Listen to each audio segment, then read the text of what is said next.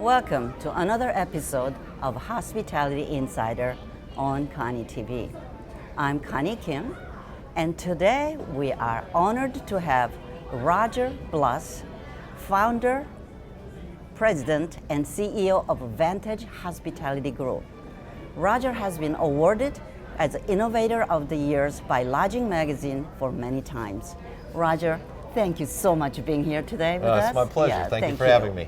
Yeah, and I know the Vantage Hospitality Group has been growing so fast. So can you tell us a little bit about all your background and how you have started this company? Sure, it's not that exciting, but kind of interesting. My dad believed at the age of 13 you became a man. And so the only place I could find a job was in the hotel. So like many executives in the hotel industry today, I started at an entry-level position and kind of worked my way up. By the time I graduated high school, I was general manager of a Holiday Inn and the youngest general manager in the history of Holiday Inns. Wow, how old were you? I was 17. Wow. Yeah, so actually in that day and age, the drinking age was 18. My secretary had to actually sign the liquor checks when we received the liquor order because it was illegal for me to do so. Yes. So some fun times, but leading up to this day and age, it's been a long, fun ride.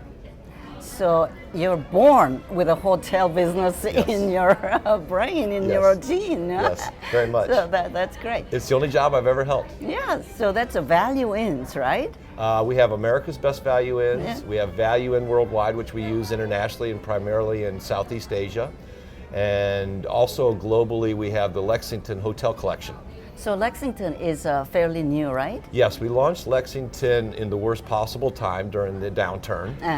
But typically we did that to try to get some traction and work out the bugs, if you will, because we knew that the economy was going to come around and the new construction would build, and other hoteliers would be looking for brand affiliations as well when the economy turned. And quite frankly, right now is the perfect time for it. Oh, that's perfect. Yeah.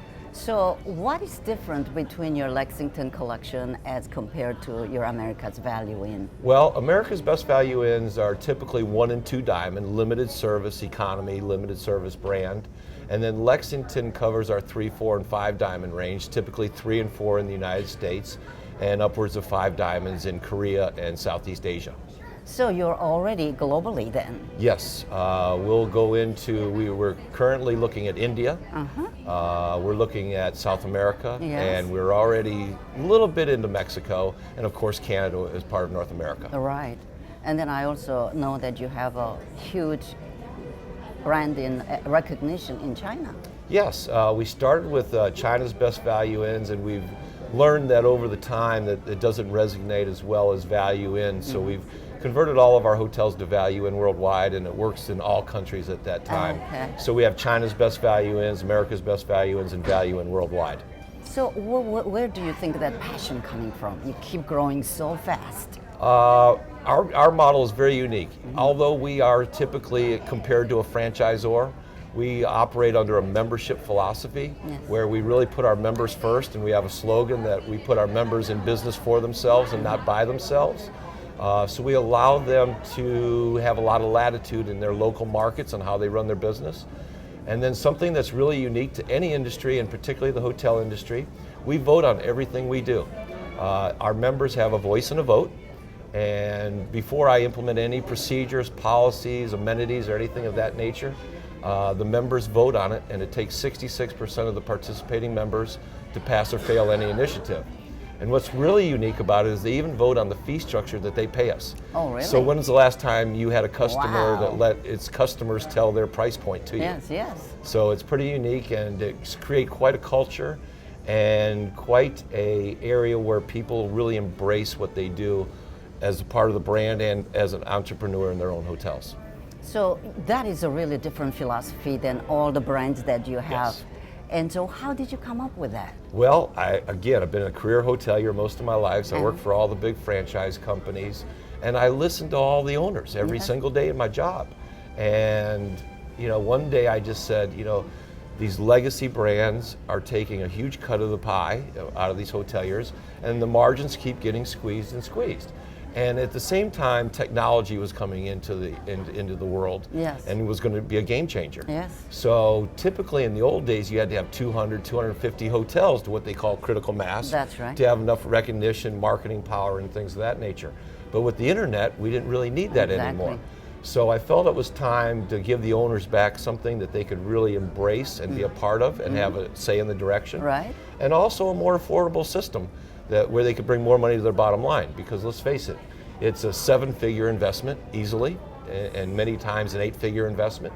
And that's a big risk. And a lot of them have personal guarantees. It's their 24/7 hour-a-day job, and they deserve a solid return on their investment.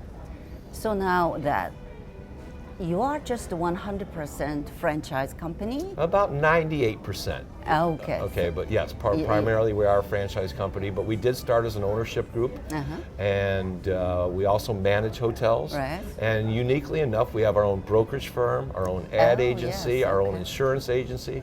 So we bring a lot of strategic alliances, again, to bring member value back to the hotel owners and the franchisees. Right.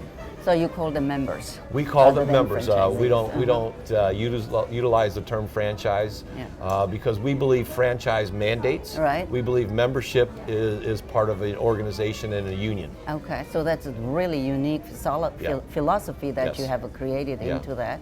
And do you think that's what contributed to your fast-growing success? I think that, and obviously you have to surround yourself with phenomenal people.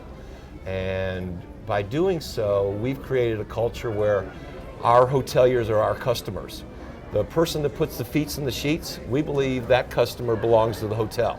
So we focus on the hotel driving revenue, because we all know that revenue cures many evils. Absolutely. And so if we want people to put money back into their properties, we want them to treat guests right, spend the proper amounts on FF&E, education, training, things of that nature. Hold that thought. We have to give them return on investment. Right. Hold that thought, Okay. Roger. That when we come back, we're going to find out what is his magic formula to make all these great members to be successful. Don't go away. We'll be right back. I am Fausto Jimenez, Vice President for Standards at Grupo Posadas, and you're watching. You are watching. And you're watching. You are watching. You're watching Koni TV. Koni TV. Koni TV. Koni TV. KoniTV.tv.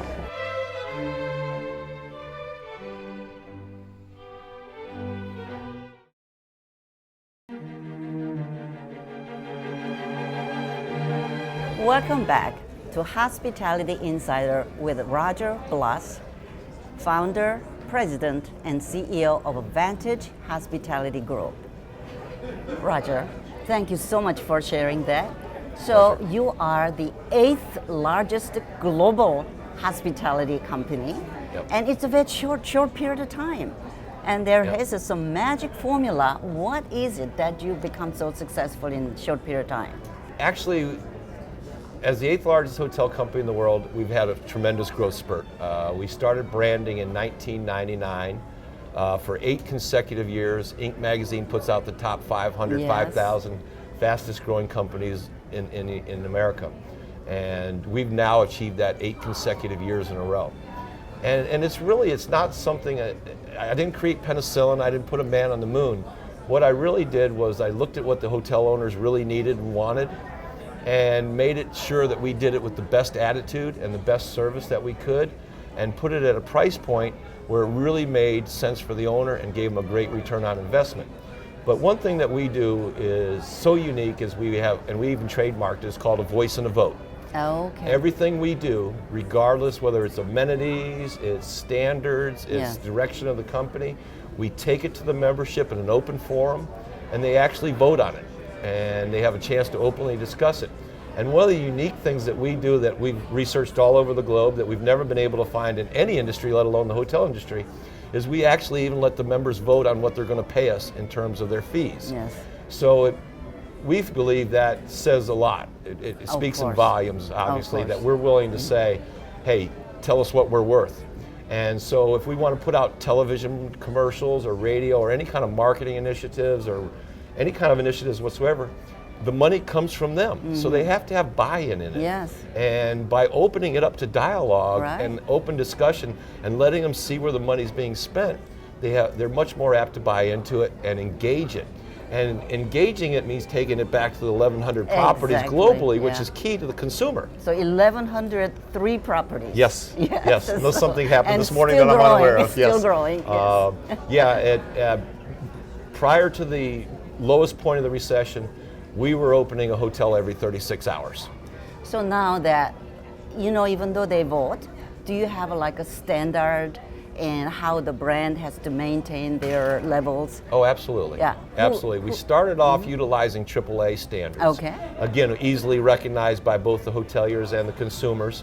And then we built on it from there or amended it from there, made adjustments. But we vote on literally everything. Matter of fact, one of the things that's coming up for vote this year will involve a lot of the guest satisfaction areas. Yes, yes.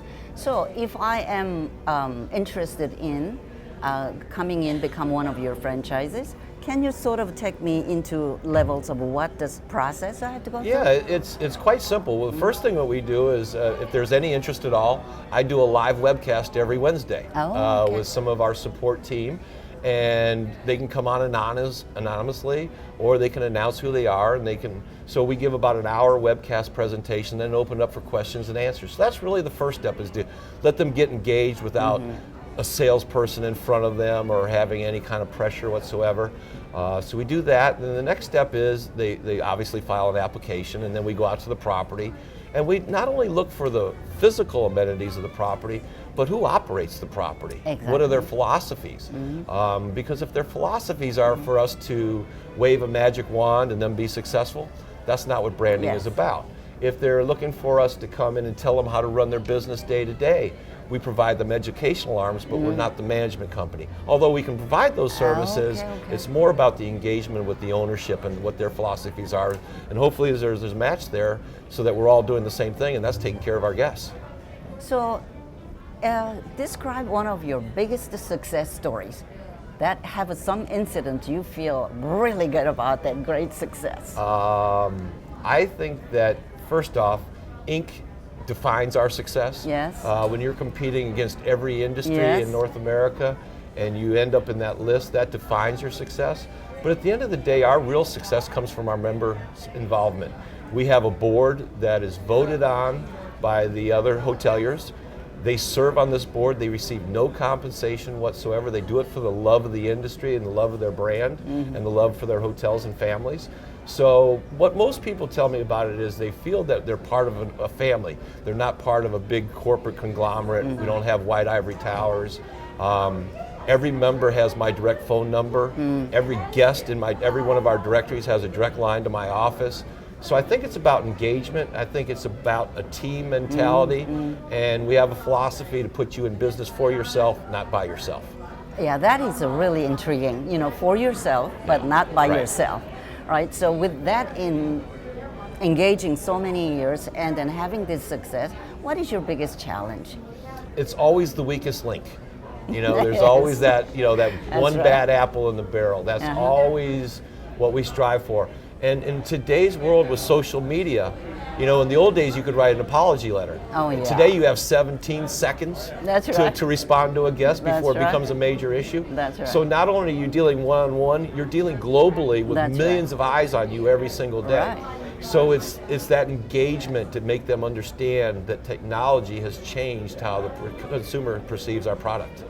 Well, that's basically really the truth, Yeah. that technology just taken over. It has. And without that, Yeah. we're just so exposed is, anywhere. So hold that thought. Okay. And when we come back, we're going to find out what the Rogers' future plan is, and then don't go away. Hi, I'm David Kim with Darf Design, and you're watching And you're watching And you're watching And you are watching And you're watching Koni TV. Koni TV. Koni TV. Koni TV. Koni TV. The first internet channel for the hospitality industry. Watch and follow who she brings and what she brings to show you to inspire. KoniTV.tv.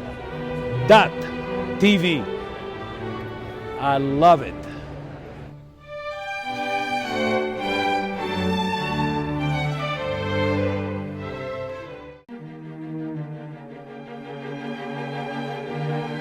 Welcome back to Hospitality Insider with Roger Bloss, and we are going to share all about his future plan. Roger, thank you so much for all your insights. And now you have achieved a great success in many different ways. So what is your future plan? Right now we are in the process of building a Lexington prototype for the mid-scale and upper mid-scale throughout North America. So it's one of the reasons why I'm here in Nashville at the conference here, is we want to put the final touches on our prototype. And so with new construction coming back, lending coming back to the market, it's the ideal time for us to put it out there. So our future plans is to really focus on some new construction and development. And something else that's kind of taken over our industry and has become quite a phenomenon is soft branding. So we have what we call the Lexington Legacy collection of hotels.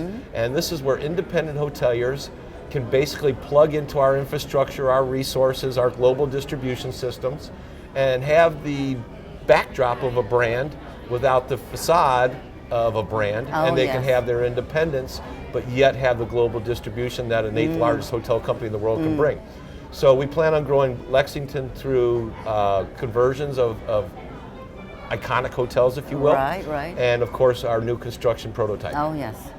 So with that, let's say that how do you manage all this process from developers to construction to designers and architects and all that whole process? So let's say I am a designer. I like to work about your project, the Lexington Collection.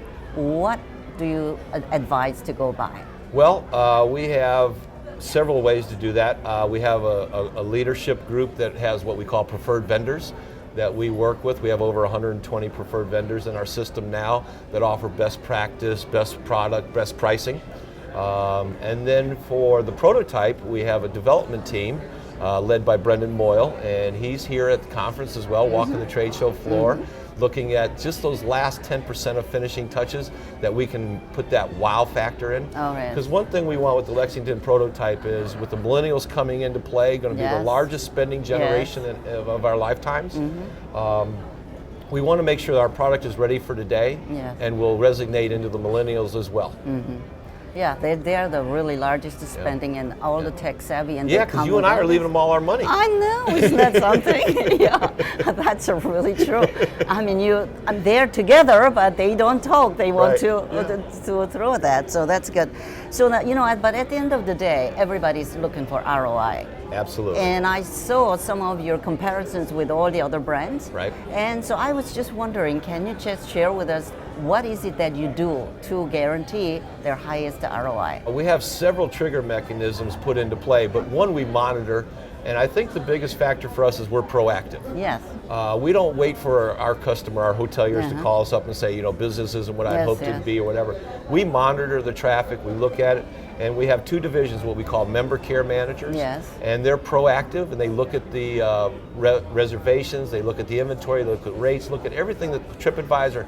So they're a proactive group that reaches out on a regular basis. They're regionalized so that they know the owners individually. So each owner's different, obviously. So we have to adapt to their marketplace and what their ideals are. So we have that team, and then we have a field team, which we call SSAP, Sales Support and Assurance Personnel. And those people work out in the field making sales calls. So let's say maybe you're uncomfortable making sales calls or something. Our team will come out and work with you hand in hand on it. So it's more of a proactive approach than a reactive approach. Then we have a reactive approach trigger mechanism where every month we ask our hoteliers how we're doing, rate us real simply on a 1 to 10. And if it's 8 or less, it hits my desk. But I think the biggest factor that we have is, for them, is they have direct access to all executives and all high-level management team, as well as the field team. So it's a high-touch, high-tech kind of relationship and coordination with the property owners. That is a real touch. It's connections. That's what we actually have the highest level of connectivity and touch to property. So each person only handles 40 properties in our system, where our competitors sometimes are 2, 3, 4 times higher than that. So in our world, it's return the phone call within 5 minutes. In our competitors' world, it's return the phone call in 5 days. But we're a 24/7 business. We have customers standing in front of us. Instantaneously is what's needed. That's fantastic. So now you're in HI Connect. So what is you're looking for? What do you think you want to get out of this Well, event? you know, I'm a customer. Yes. I'm a customer that stays in a hotel 150, 200 Yes. nights a year. So I know what I want. Mm-hmm. I might not be the typical customer. These folks research that, do all of that. So what we're looking for is something that has sustainability. Mm-hmm. It's really important in this day and age. We've looked back now over history, and you look at the FF&E reserves that hotels have, and they're typically always fall short. Yes. So some of the things that we want to look at now are what things can we put in hotels that will have longevity? Yes. What things can we put in the hotels that bring sustainability to it? Perfect. Obviously, there's always a green factor Yes. involved. So you need to find that balance of all Yeah. those things that the guests want Yes. that aren't willing to pay for. Yes. All the things the hoteliers want Mm-hmm. that really don't want to make that investment, and all the things that come back to a return on investment. Right. Yeah, that's fantastic. Yeah. I mean, sustainability becomes habit. Yes. It's not a marketing gimmick anymore. No, Yeah. it's not. So now that short time that we left, let's share with your wisdom. If somebody want to be just like you, what is your advice to do? I always tell people no fear. No fear. No fear is what I will tell you. You know, most small businesses fail. Most startup companies fail. And I think it's because they fear things. Yes. So I would tell people that want to follow into this industry in particular, hard work, be accessible, be out in front, but most of all, no fear. Go do it. That's right. Well, thank you so much, My pleasure. Roger. Nice- it was a Thank you. great pleasure Great to to be having here. you in Thank you. Hospitality Insider. Well, thank you so much for watching Hospitality Insider with Roger Bloss. And would you like to know more about Roger? Please go to conitv.tv. Thank you for watching.